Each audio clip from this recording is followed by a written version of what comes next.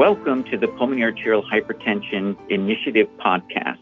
This podcast is sponsored by, and the presenters are being compensated by, United Therapeutics.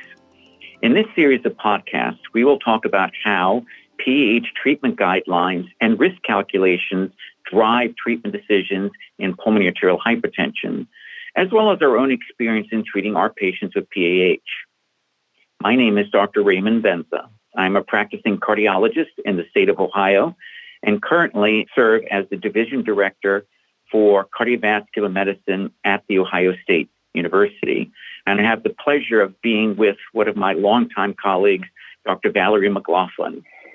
Hi, Ray. It's great to be here. I'm looking forward to this podcast. I am also a cardiologist. I'm an endowed professor at the University of Michigan, and I direct the pulmonary hypertension program here. Thanks, Val.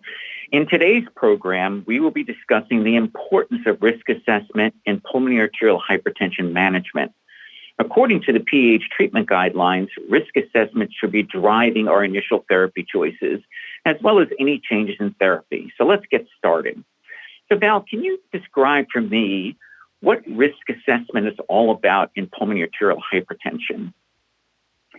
Yeah, Ray, I think that we as cardiologists have really incorporated risk assessment into really many different diseases. We use different scores for NSTEMIs and STEMIs and CHA2DS2-VASc for AFib. Like, we live this. This is really something that is important to objectively care for patients.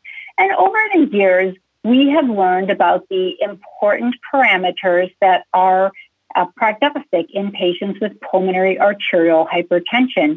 We've learned from many databases that have included thousands of patients the parameters that assess our patient's risk, the severity of their illness, and what their likelihood is of having an event over time.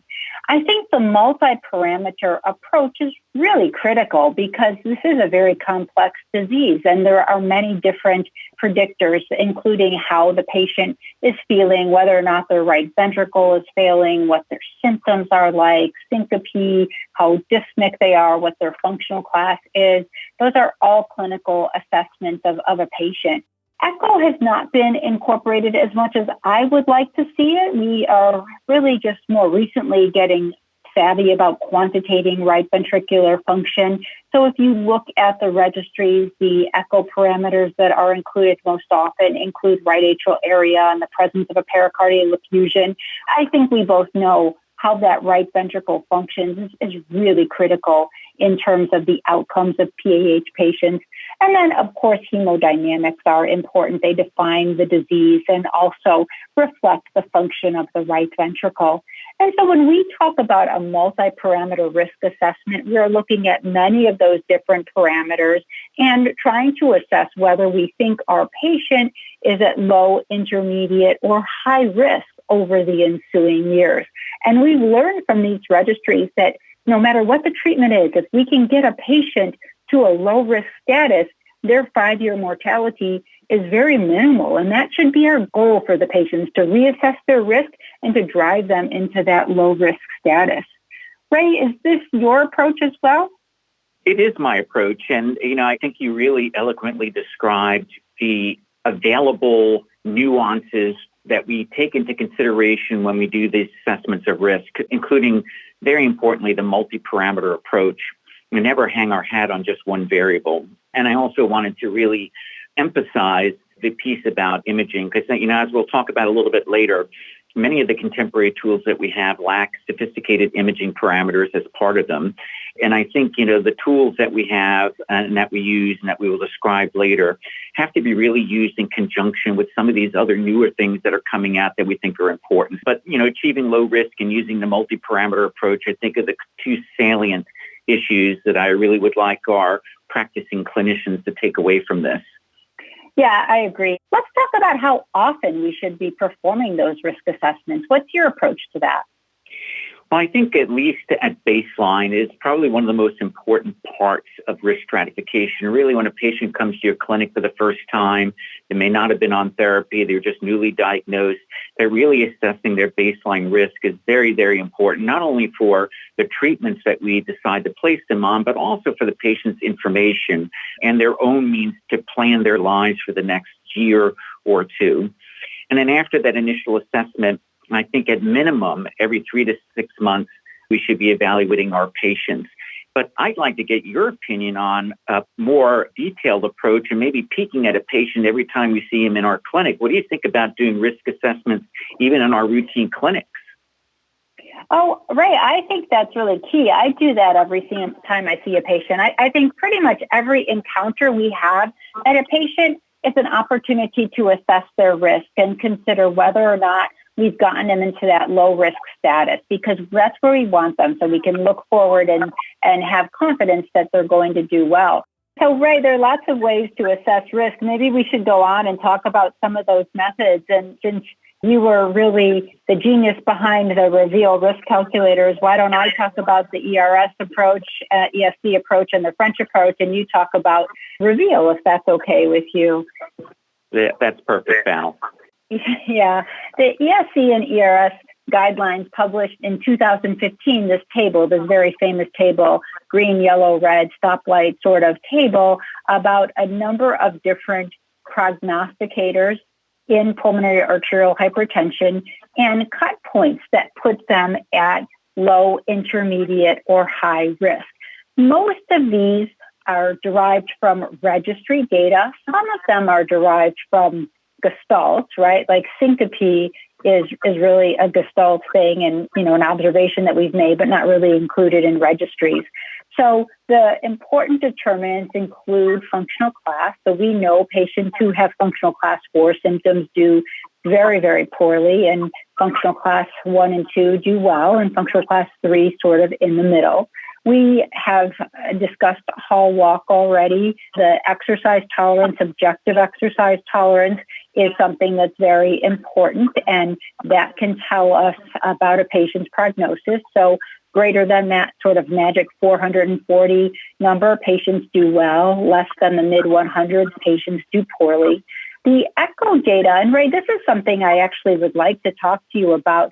The echo data in all of these is really very limited. The presence of a pericardial effusion, which has been published a few times, and the size of the right atrium, that's really the data that we have from registries that go into these scores. And I think that's a bit of a pity, actually. And personally, when I do an echo on a patient, I go look at that right ventricle. It really is very meaningful to me. And I think anyone who has experience in this disease, I think that it's unfortunate that many registries don't have a quantification of right ventricular function. Not all echo labs quantify right ventricular function. And so really, we have very limited imaging of the right ventricle in any of these risk scores. But I think it's so important. And I guess sort of in my head, incorporate that when I see patients as well. I just thought maybe you'd want to comment on that, Ray, before we move on. Oh, no, I agree with you 100%, Val. I think all the tools that we've developed were developed in errors when imaging wasn't as prominent as a known risk player in prognosticating. And I agree with you that as these risk scores and equations evolve, that I would love to see more imaging data in these scoring systems. And I think the important thing about that is if you really look at the spectrum on how a patient evolves or progresses with PAH, we have changes in pressure that then lead to changes in the right ventricle. And these changes can occur very early, even before many of the other symptoms or variables that are accounted for in these risk scoring systems happen. So it even might add a level of greater sophistication and predictability for early decompensation by including these imaging parameters into these contemporary scoring systems that we have. But ultimately, I think that it's the combination of these things that are important. As you mentioned earlier, the ESC and ERS guidelines and even the French method, which use a number of variables that are within the guidelines, there are some differences between the calculators that we developed in the Reveal. But I was curious if you might want to go into a little bit more about some of the French methodology for calculating risk before I went into what we do with Reveal. Oh, yeah, for sure. In fact, let me just make a couple more comments on ERS, ESC. So we talked about the syncope, right ventricular failure, functional class, hall walk, or cardiopulmonary exercise testing. Peak VO2 is listed. Biomarkers are also included. BNP less than 50, NT-proBNP less than 300. Very good prognostic indicators, puts the patient in a low risk, whereas if the BNP is greater than 300 or NT-proBNP is greater than 1400, that puts the patient in a higher risk. And then, of course, hemodynamics are also important in terms of risk. And we've known for many years, and this point is emphasized in the risk assessment, it's not what the pulmonary artery pressure is. It is how the right ventricle is coping with that pulmonary artery pressure. So right atrial pressure, cardiac index, and SVO2 are the hemodynamic parameters that are most predictive. So that's the ERS ESC approach. Now, the French approach, which I really like, is very simple. They took a different approach. They basically said, these are the 4 factors that are most important to us. And it has to do with being in functional class 1 or 2, having a hall walk over 440, having a cardiac index greater than 2.5, and a right atrial pressure less than 8. And so those are the 4 factors using the invasive French approach that they look at. And if you have 3 or 4 of those 4 factors, your prognosis is very good. Whereas if you have less than that, the prognosis is quite poor. And then when they had a subgroup of patients that also had biomarkers and they can incorporate the BNP or NT-proBNP, when you put that into the multivariate analysis, the right atrial pressure and cardiac index falls off. And so the non-invasive French is really just functional class, hall walk, and biomarkers. And at least for me, that's something I do in clinic every time I see a patient. I have all 3 of those parameters every time I see a patient. So that's the non-invasive French approach. Ray, you want to tell us about Reveal? Yeah, thanks, Val. So Reveal calculators are, in essence, very similar to the ESC, ERS guidelines in the French method in that they both use very similar variables. And that's good because that tells us that all the contemporary risk stratification scoring and systems that we use are complementary, and we could feel safe using them because many of the variables are shared. Reveal takes it just a little bit further down kind of the statistical pathway than the guideline or French method, in that the Reveal methodologies were really derived from very standardized statistical modeling. And very importantly, that the variables that are used in these scoring systems are weighted against each other, so that you know the relative importance of one variable versus another. For example, the functional class may be more or less important than an NT-proBNP level. So it kind of gives you a way to really summate the risk with a little bit more sophistication than some of the European methods. So Reveal Lite 2 is a derivation of an earlier model called Reveal 1.0. And what Reveal 2.0 did is it took a lot of the same variables that we had found in the original Reveal 1.0 calculator, which contains both demographic, vital signs, and other more objective measurements, and added to that hospitalizations and the risk that is imparted by recent hospitalization for pulmonary hypertension or heart failure. It gave us a more objective means of measuring renal function, which we know comorbidities are a very important part of risk stratification, and renal function is one of the very important ones that have been highlighted, and uses a GFR and then instead of a subjective assessment of renal insufficiency, and also changes some of the scoring points and actually adds a more of a dynamic nature to the changeable risk factors like BNP and the 6-minute Hall test. So it takes those variables and then weights them, and you can calculate a score that very nicely discriminates between low, intermediate, and high risk. Now, the difference between Reveal 2.0 and Reveal 2.0 Lite is just the number of variables that's required to make the calculation. The parent score, which is the Reveal 2.0 score, has 13 variables that are associated with it. And these contain some immutable risk factors, the factors that don't change over time, like a patient's type of pulmonary hypertension that they have and their gender and age, even though age does change the risk points here as a kind of a combination of age and gender. And then it has a number of easy to discern variables, including vital signs like low blood pressure or high heart rate, combined with the functional class, NT-proBNP levels, in which there are several cut points, and 6-minute walk distance, which also has several cut points. And then adds that to functional class and echo estimates of pericardial effusion that you mentioned earlier, and then hemodynamics, which include, importantly, the right atrial pressure and the pulmonary vascular resistance. And then Reveal Lite takes the parent calculator and really strips it down to the easily obtainable, changeable variables that you can assimilate in each clinical account. They're very similar to the French method, in that it uses vital signs, functional class, the Hall walk test, the NT-proBNP levels, and the vital signs. But the big difference, as we mentioned earlier, is that these factors continue to be weighted against each other, such that the discrimination index with these more statistically derived methods are a little bit higher than those that don't incorporate weighting.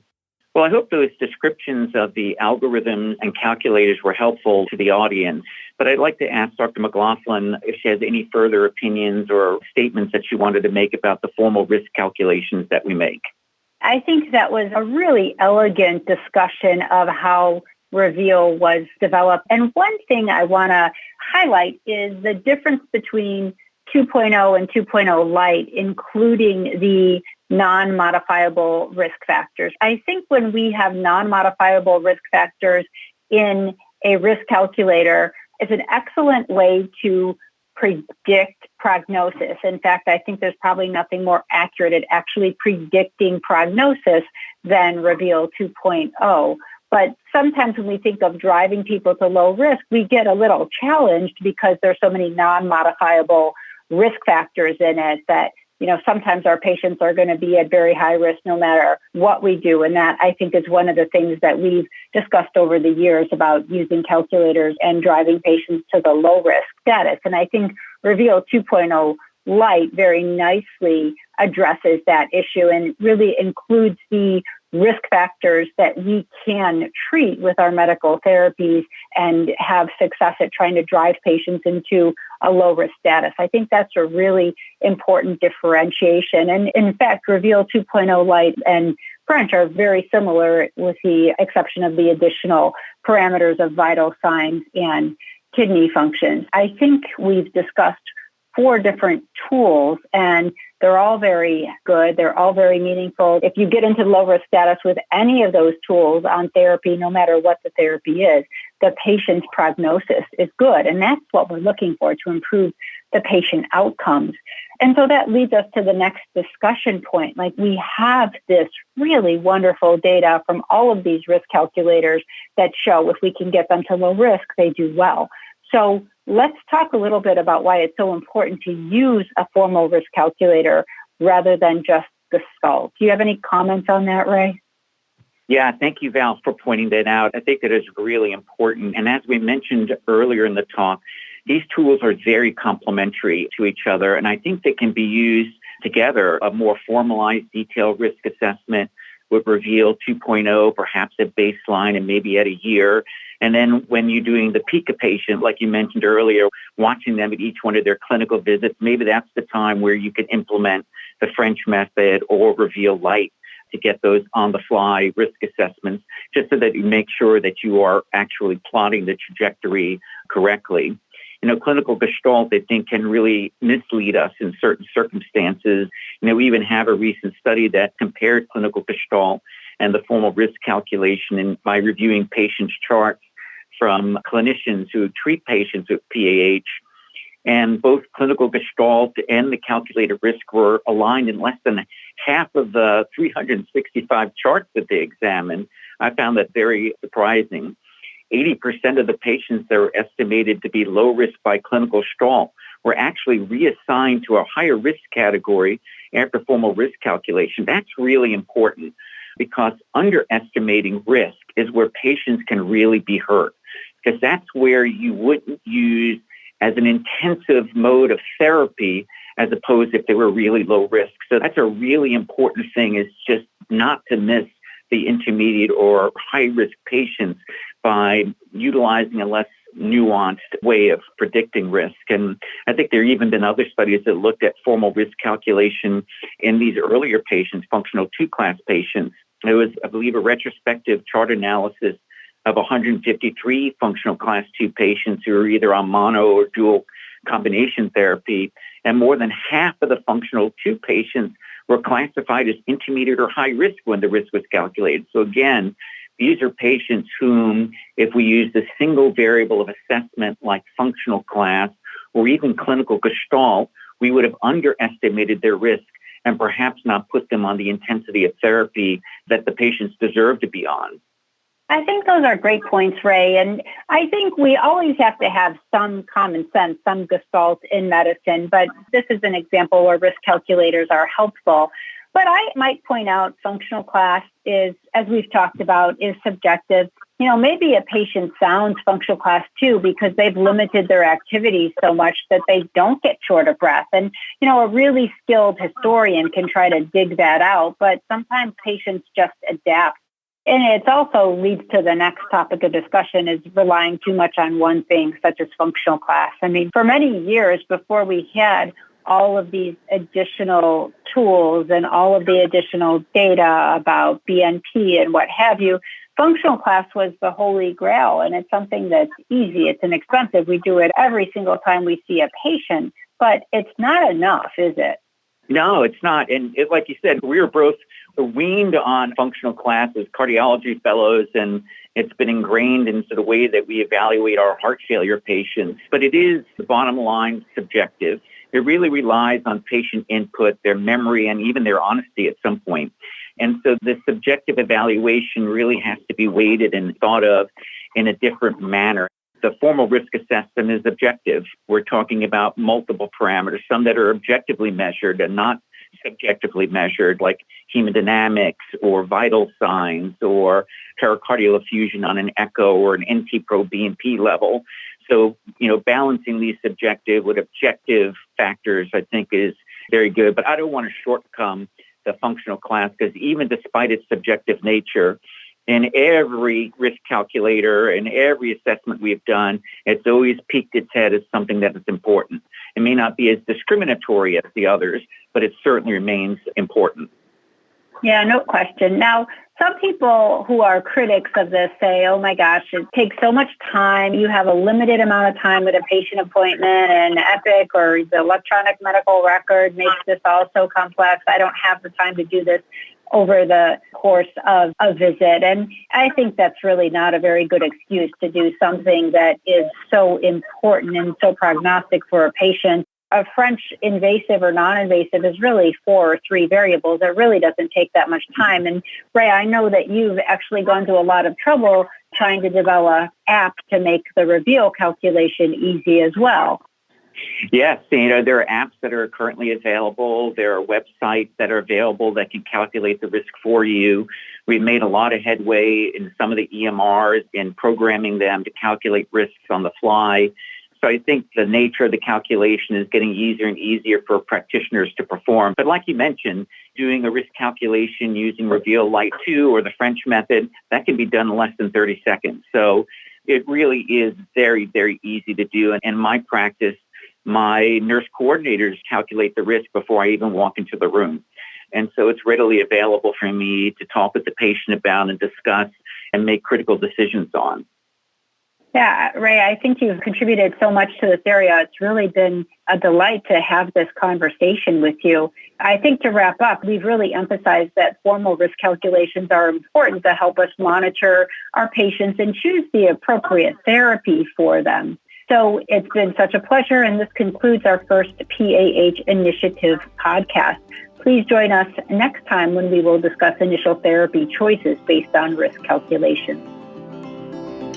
If you would like more information on risk assessment, PAH treatment guidelines, or to use an online risk calculator, please visit pahinitiative.com/HCP.